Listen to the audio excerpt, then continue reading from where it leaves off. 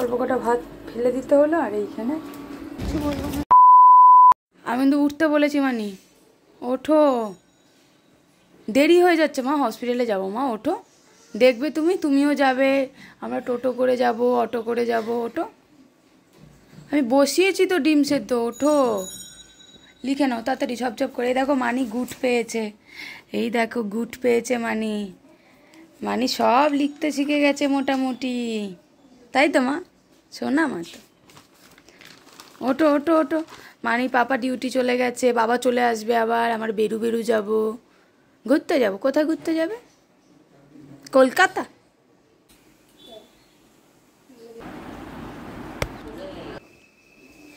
কেমন একটা বিচ্ছিরি গন্ধ বেরোচ্ছে। এদিকে একদিকে ডিম বসিয়ে দিয়েছি আর ভাত হচ্ছে। রান্নাঘরের অবস্থাটা একটু বিতিকিচ্ছিরি, এখনও গোছানো হয়নি। দাঁড়াও, মানির ডিম সেদ্ধটা বসিয়ে দিয়েছি, মানিকে বলে দিই।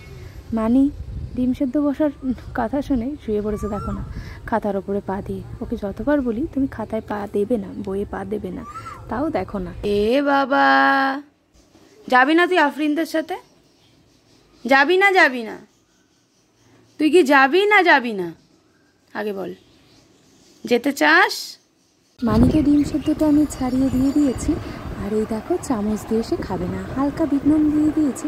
এবার চলো, আমাকে চানে বেরোতে হবে, চলো চান করে দেখা হচ্ছে। এই যে ম্যাজিক, চলো আগে ঝটপট করে পুজোটা দিয়ে ফেলি, আমাকে আজকে একটু হসপিটালে যেতে হবে।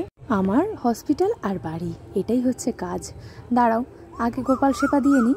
আমি যেমন পারি তেমনভাবেই ভগবানদেরকে পুজো দিয়ে থাকি। আমি সবার প্রথমে ধূপকাঠি জ্বালিয়ে নিই, মানে ওই আগরবাতি যাকে বলে, তারপর কর্পূর। এই ভিডিওটা আমি করছিলাম তার কারণ অনেকেই তোমরা কমেন্ট করেছিলে যে কিভাবে তোমরা গোপাল সেবা দাও। আমরা যতবার খাই ততবার গোপালকে দিই না, আমি ওই 3 বারই দিই। আমার ব্যাপারটা গোপাল আলাদা করেই জানে। আসলে সেই ছেলে চলে যাবার পর এই 2 গোপালকে নিয়েই ছিলাম, জানো তো, আঁকড়ে ধরে। ছেলের দুঃখ সুখ সব ভুলে গেছিলাম এদের মুখের দিকে তাকিয়ে। সারা ঘরে আমি এই কর্পূরটা বুলিয়ে আমি এই দূরের সামনেটাই রেখে দিই। আর মানিকে ঘরের মধ্যে পড়তে দিয়েছিলাম, ও যতক্ষণ পড়ছে ততক্ষণে আমি রান্নাঘরের যতটুকু কাজ বাকি রয়েছে সবটা সেরে ফেলবো। ওই ধরো না, একটু ভাত বসাবো আর একটু ডাল, এসে যা পারবো তাই করে খেয়ে নেব। একদম সকাল সকাল যেতে হবে, এখন প্রায় ঘড়িতে 9টা বাজে।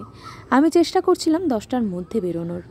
মানিকে এখানে মানির মিস যেগুলো লিখতে দিয়েছিল, মানে হোমওয়ার্ক, সেগুলোই আর কি মানি কমপ্লিট করছিল।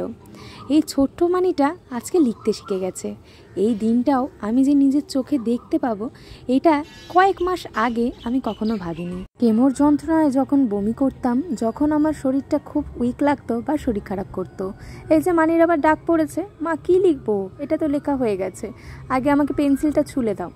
চলো দাঁড়াও, আগে পেন্সিলটা ছুলে দিই। মানির বড্ড ডিস্টার্ব করে, একটা লিখতে দিয়েছি 14 বার ধরে মা এসো মা এসো। হ্যাঁ, যেটা বলছিলাম, আমার মেয়ে তখন বলেছিল, মা তোমার বমি হচ্ছে, মা তোমার শরীরটা খারাপ, তুমি চিন্তা করো না, উঠে বসো না মা, একটু জল খাও না। আজও কানে বাজে। হঠাৎ করে হসপিটালে কেন এসেছি, এই জেনারেল ওপিডিতে ভেতরে ঢোকা মাত্রই একজন সাইকিয়াট্রিস্টকে দেখানোর সাজেশান দিচ্ছিল। ওই যে তাবিজ কবজ কবিরাজি না করে এনারা যে হসপিটালে এসেছে, এটা আমার বেশ ভালো লেগেছে।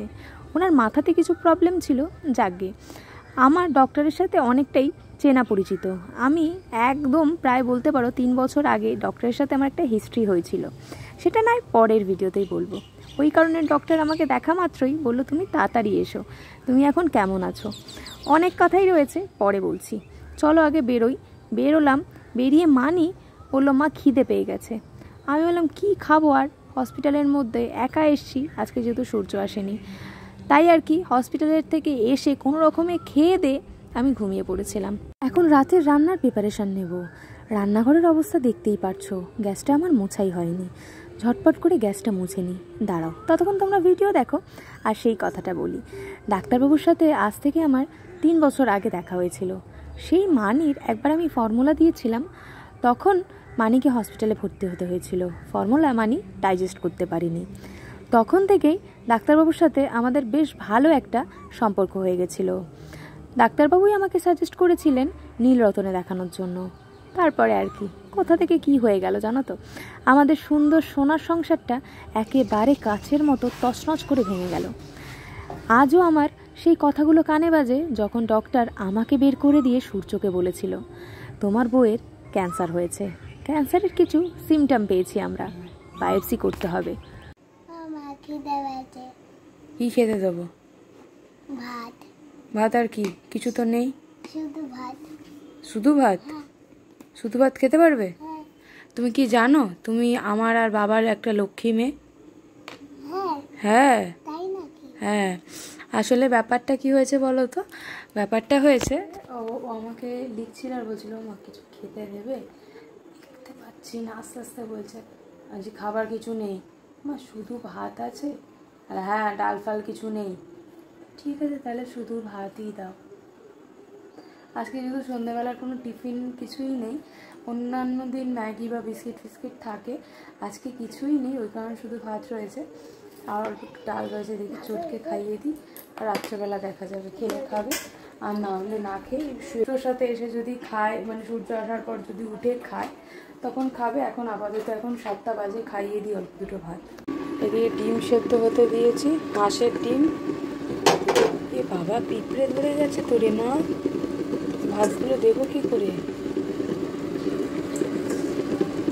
এ বাবা, পিঁপড়ে ধরে গেছে, আর ইয়ে করতে পারবো না তো, অল্প কটা ভাত ফেলে দিতে হলো। আর এইখানে কারিয়ে পেঁচিয়ে যতটুকু ভাত বেরিয়েছে আর কি। আর ডালটা গরম করতে দিয়েছি, ডালটা গরম হোক, দাঁড়াও।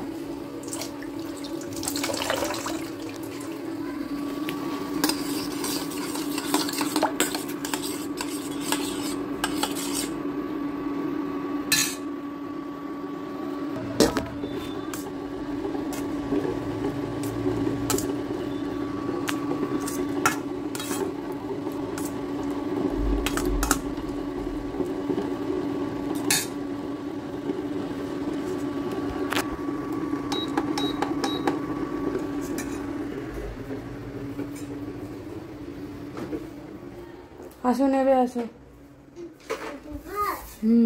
নেবে আসো, ডাল দিয়ে ভাত দিয়েছি, নেবে আসো তাড়াতাড়ি, ঝপঝপ করে নেবে আসো তাড়াতাড়ি, দেরি হয়ে যাচ্ছে।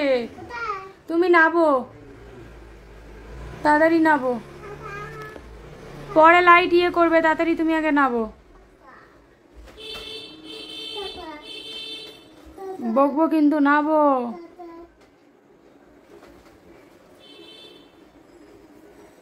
বসো কোথায়? এখানে। আর মেয়ের খাওয়া দাওয়ার কোনো ঝামেলা নেই, তাই তো মাম্মাম?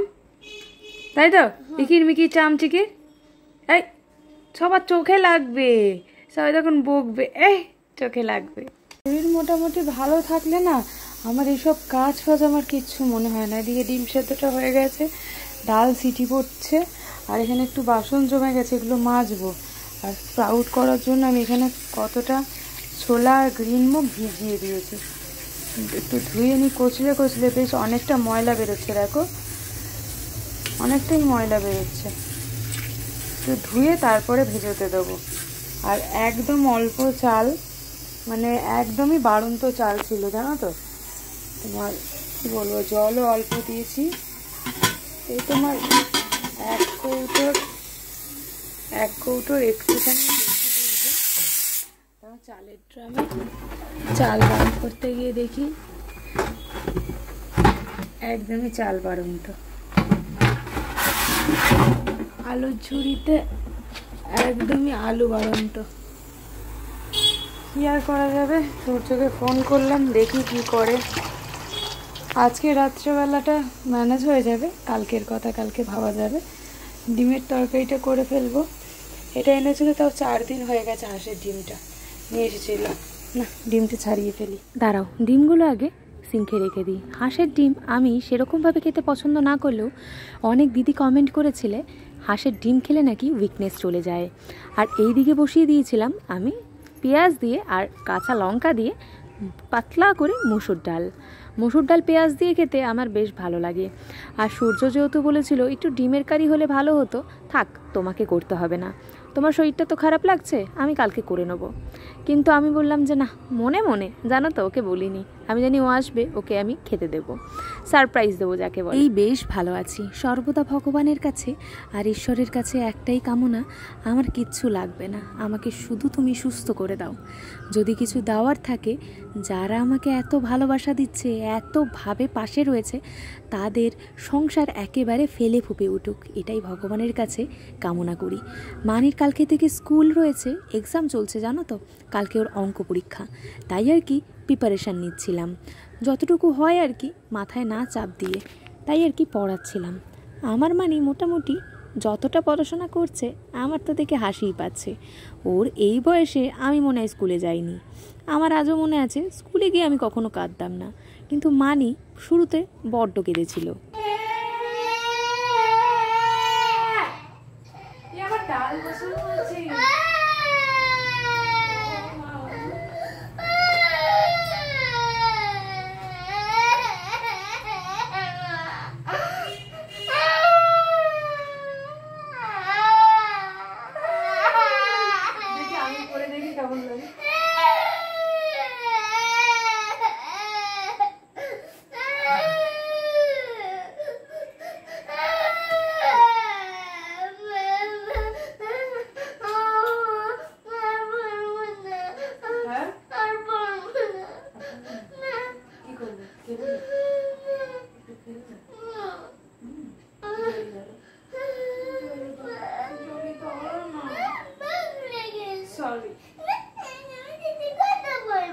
কত বলো না মা, আমার মন খারাপ করছে, একটু বলো না মা, একটু বলো। তুমি শোনো না,